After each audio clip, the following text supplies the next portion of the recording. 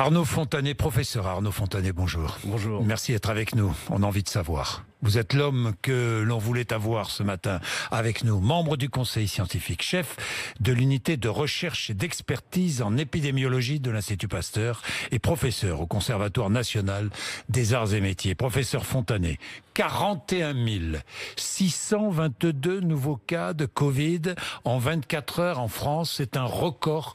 Même au mois de mars-avril, on n'avait jamais connu ça. Record d'Europe. Que dit le Premier ministre? Il dit le mois de novembre sera difficile. Difficile, ça veut dire quoi, Arnaud Fontanet? Quelle est la situation? Alors, comme le disait le Premier ministre, la situation est grave. On vit actuellement la deuxième phase de cette épidémie qui est l'entrée en fait dans l'hiver. Ce qui s'est passé, c'est qu'au mois de septembre, on a vu effectivement les chiffres augmenter. C'était la rentrée scolaire, universitaire, professionnelle. Et la dernière semaine de septembre, y compris sur les hospitalisations qui sont un indicateur très fiable, il y avait eu une petite baisse. On s'était dit, on a absorbé finalement ce retour d'une vie dans les métropoles et les choses se présentent pas si mal. Et puis il y a eu une semaine de froid. Une semaine de froid qui a touché l'ensemble de l'Europe. Et là, tous les indicateurs sont repartis dans le rouge sur toute l'Europe. On s'est rendu compte, ce qu'on attendait, mais qu'on attendait pour plus tard, que ce virus se transmet mieux quand il fait froid. Et ça s'est traduit sur l'ensemble du territoire français, peut-être à l'exception de Bordeaux qui résiste, et sur l'ensemble de l'Europe. Atlantique, j'y reviendrai d'ailleurs. Et sur l'ensemble de l'Europe, par une montée des cas. Tous les pays ont été touchés, certains pays plus que d'autres, la République tchèque, la Belgique, les Pays-Bas, et même l'Allemagne. L'Allemagne qui, depuis le début, est un pays qui a été exemplaire dans sa gestion de l'épidémie et qui résiste très bien, depuis hier, montre des signes de faiblesse. Professeur Fontanet, je vais vous poser des questions précises. Est-ce que cette seconde vague peut être pire que la première? Alors, on a aujourd'hui quand même beaucoup d'outils pour se protéger contre ce virus. Quand la première vague nous accueillit, on ne savait pas déjà comment se transmettait ce virus dans toutes ses modalités, on n'avait pas suffisamment de tests, on n'avait pas suffisamment de masques, on ne connaissait pas l'ensemble des mesures qui permettent de lutter contre la circulation du virus en population, et on n'avait pas un système de surveillance qui nous permet au jour le jour de vous dire, vous me disiez 41 000 cas, on sait aujourd'hui que dans la première quinzaine de mars, il y avait eu des journées qui avaient flirté avec 150 000 cas, par exemple. Donc on est dans une situation où on a une bien meilleure visibilité de ce qui se passe. Néanmoins, on va avoir une situation difficile parce qu'on se rend compte que, alors qu'on rentre dans cette période hivernale, le virus circule bien dans ces moments-là. Oui, parce que nous sommes à la fin du mois d'octobre. Nous sommes le 23 octobre. C'est là où l'on doit s'inquiéter. Vous dites que la situation est grave. Ça veut dire quoi, grave? Ça veut dire que nous allons être confrontés à ce que nous avons vécu au printemps? Alors ça veut dire qu'il va falloir qu'on sorte tous les outils dont on dispose pour lutter contre le virus et que, évidemment, ça va s'accompagner de contraintes, de moments difficiles. Et puis, pour les hôpitaux et les personnels soignants, malheureusement, ils vont se retrouver confrontés à une situation qu'ils ont connue parce qu'ils n'ont pas simplement que les patients qui sont atteints de la Covid, mais ils ont des patients qui sont atteints de beaucoup d'autres pathologies à prendre en charge. Crise majeure, donc. À nouveau, crise majeure. En tout cas, dans la durée, je pense qu'il faut le voir plus comme un marathon. On est dans une période où il faut qu'on se mobilise tous, mais absolument tous, pour essayer de diminuer la circulation de ce virus. Ça va être difficile. Alors quand je reviens sur cette notion de pourquoi est-ce que l'hiver permettrait plus au virus de se transmettre. Pourquoi? Deux raisons. La première, et qui est probablement celle qui est partagée par l'ensemble des épidémiologistes et infectiologues qui travaillent sur le sujet, c'est que comme les autres virus respiratoires, en période d'hiver, on vit plus en zone confinée, on se met à l'intérieur, on est plus nombreux, et c'est là où ce virus se transmet. Donc la transmission en milieu confiné est importante. Ça veut dire qu'en milieu confiné, il faut porter des masques et il faut ouvrir les fenêtres. L'aération est une des choses qu'on a apprises dans les 3 derniers mois qui semble avoir un impact sur le risque d'être infecté. Le virus reste en suspension dans un aérosol, dans une pièce, si une personne contaminée y est présente. Vous ouvrez les fenêtres 5 à 10 minutes toutes les heures et vous faites déjà beaucoup pour limiter la circulation du virus. Alors, de nouvelles restrictions probables. Il y a ce couvre-feu. Mais est-ce que le couvre-feu va s'avérer suffisant? Franchement, professeur. Là, on va voir. Le problème, c'est qu'il nous faut, entre le moment où une mesure est mise en place et un moment où on peut mesurer son impact, je dirais à peu près 15 jours. 15 jours. Et 15 jours, c'est très long dans la période actuelle. Donc, on a un couvre-feu qui a été mis en place il y a 4-5 jours. Le temps de se rendre compte, il faut attendre la fin de la semaine prochaine. L'évolution de l'épidémie est extrêmement rapide, donc il faudra être très vigilant. Je vous dis ça, professeur, parce que vous avez alerté dès le 11 septembre. Sur la gravité de la situation future.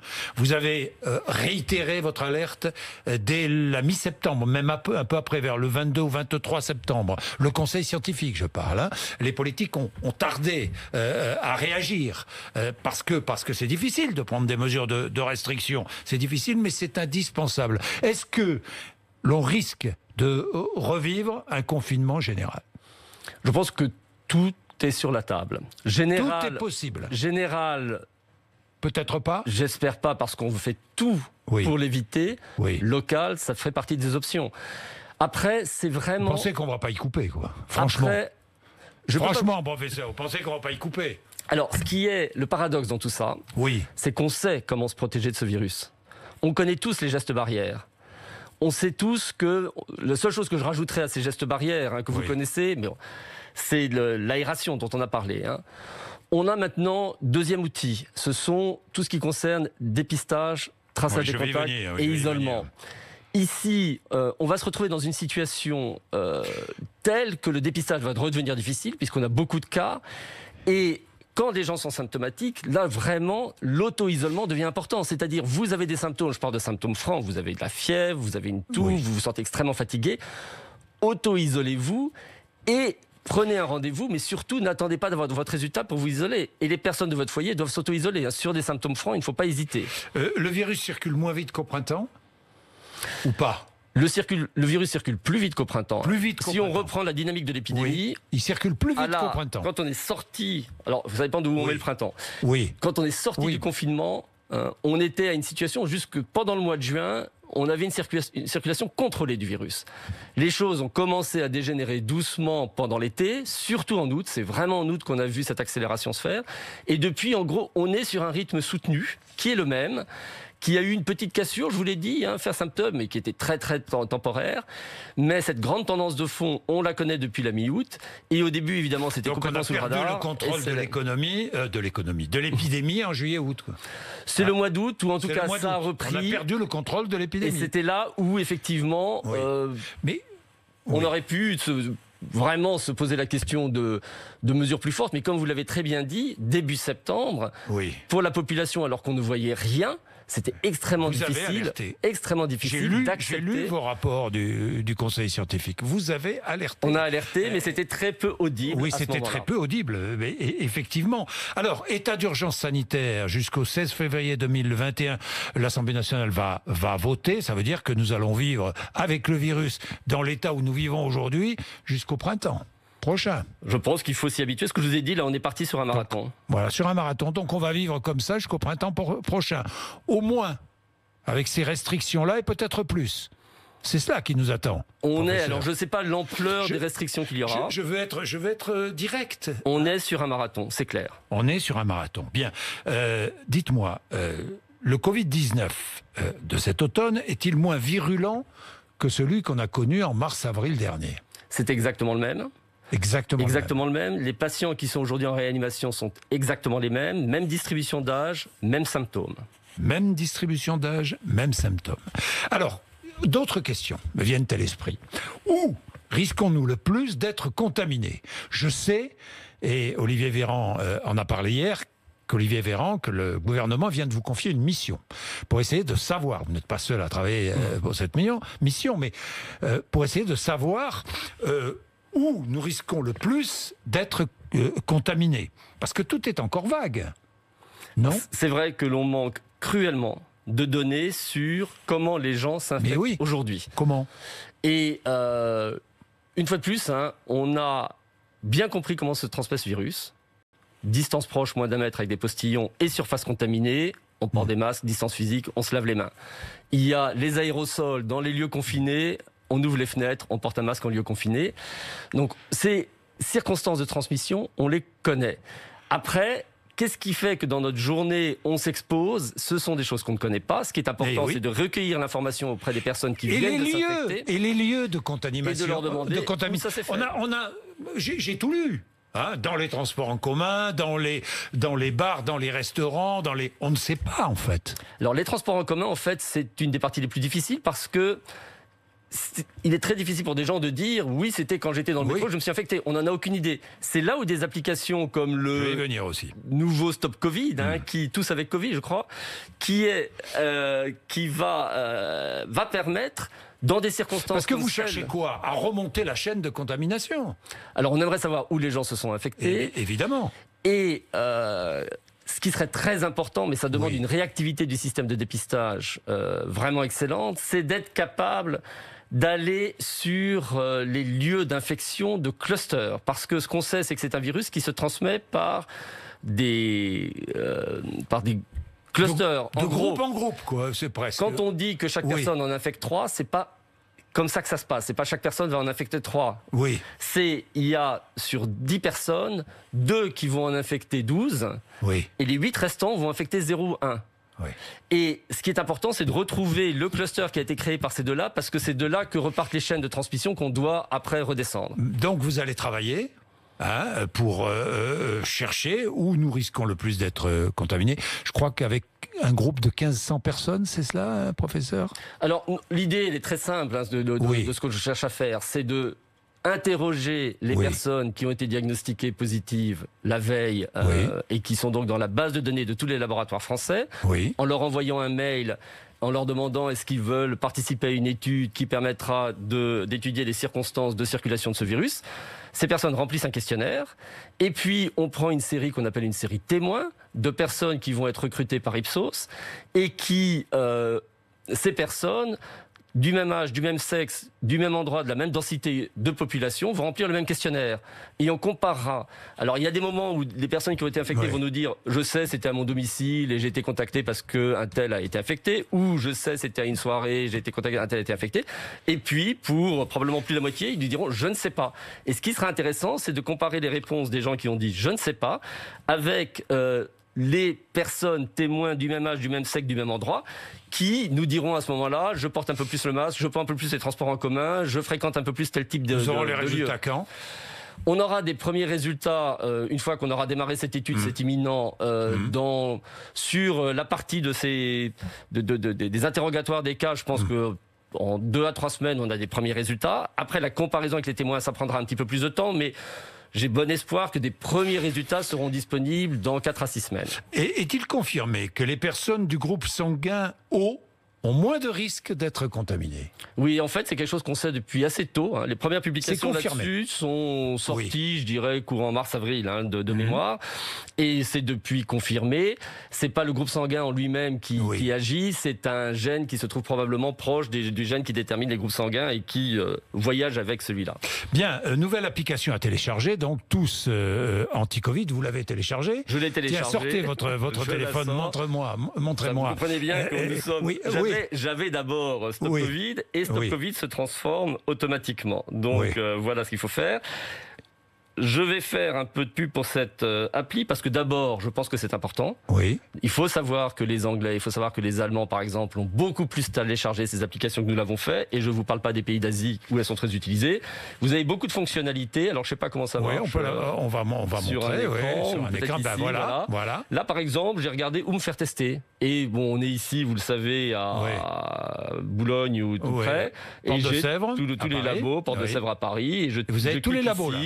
Et on me raconte que à 1200 mètres, j'ai un labo avec pas d'affluence particulière à cette heure-ci. J'espère que c'est le cas. Le numéro de téléphone, y aller, etc. Donc il faut y aller. Voilà. Non, mais ça fait partie. Ce que je trouve intéressant aussi, c'est qu'il y a des indicateurs épidémiologiques qui sont sur cette application. Alors moi, évidemment, épidémiologie, ça me passionne, mais vous pouvez en quelques clics regarder combien il y a eu de cas dans votre région, dans votre entourage, etc. Alors les tests, justement. Parlons des tests. J'imagine. Je suis testé le lundi, j'ai mes résultats 48 heures après, je suis négatif.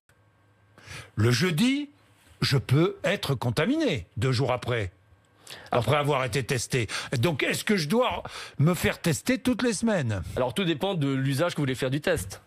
Oui. Il y a des... D'abord, quand vous êtes... comprenez les questions que chacun se pose? La question est... Je vous dis ça parce que... pardon, je vous coupe, professeur. Je vous dis ça parce que, par exemple, les équipes professionnelles de football, les joueurs sont testés 2 fois par semaine. 2 fois par semaine. Pour être certains qu'ils ne portent pas le virus.